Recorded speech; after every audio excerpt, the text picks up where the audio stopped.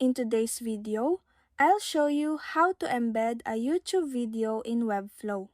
First, open your browser and go to the official Webflow website. Then open the project you want to edit. Once you're inside the designer, select the page where you want to embed the YouTube video. Next, click the plus icon to open the Add panel. Scroll down to the Media section, then drag the video element onto your canvas. After that, paste your YouTube video URL into the URL field. Once added, you'll see the video thumbnail appear, and the title field will automatically populate.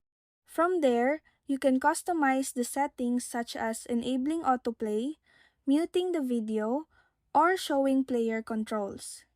You'll also find these options in the settings panel on the right side. And that's it. That's how you embed a YouTube video in Webflow.